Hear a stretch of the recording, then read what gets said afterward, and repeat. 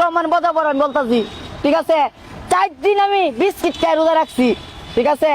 কিন্তু বিবি ইমরানে আমি প্রত্যেকদিন আমার বাসায় যাই হচ্ছে আমি ওকে নোটিস লাগাই দিতাম, চা মানাই দিতাম, যদি দিয়ে থাকি রোজা রেখে যদি মিথ্যা কথা বলে থাকি, আমার এক ছেলে এক বিয়ে ওদের উপরে পড়বে, আল্লাহর গজব পড়বে। আচ্ছা ইমরান, খালাম্মা সাসিয়াম্মা, আপনি যে কথা কথা এখন আল্লাহর কসম রোজা রাখছি, ইফতার করছি, মিথ্যা কথা বলুম না, তো তুমি যদি রোজা রাখো, নামাজ পড়ো, তাহলে তোমার মায়ের এরকম হোস্টি নষ্টি করতে আরেক বেটার কাছে দাও কে?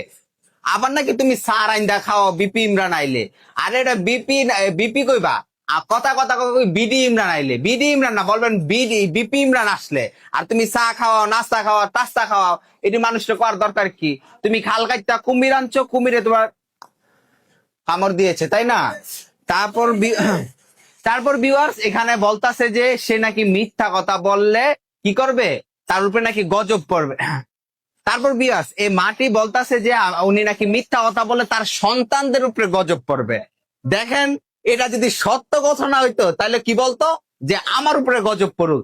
পৃথিবীর ভিতরে একমাত্র এরকম একটা মা পাইলাম যে কিনা কি নিজে বাঁচার লিগা সন্তানদের উপরে গজব পড়ার লিগা বলে। এটা বলতো যে আমি যদি মিথ্যা কথা বলি তাহলে গজব পড়বে আমার উপরে, আমাদের সন্তানের উপরে না।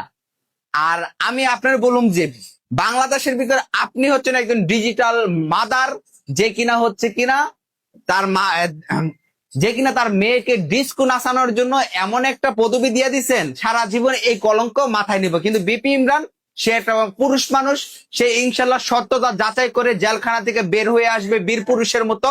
সবাই দোয়া করি, আল্লাহ পাকের কাছেও দোয়া করি যাতে আমাদের বিপি ইমরান আবার আমাদের মাঝে ফিরে আসে। আমি রোজা রেখেছি, আজকে দোয়া করছি, সবাই হাত তুলে দোয়া করবেন বিপি ইমরানের জন্য।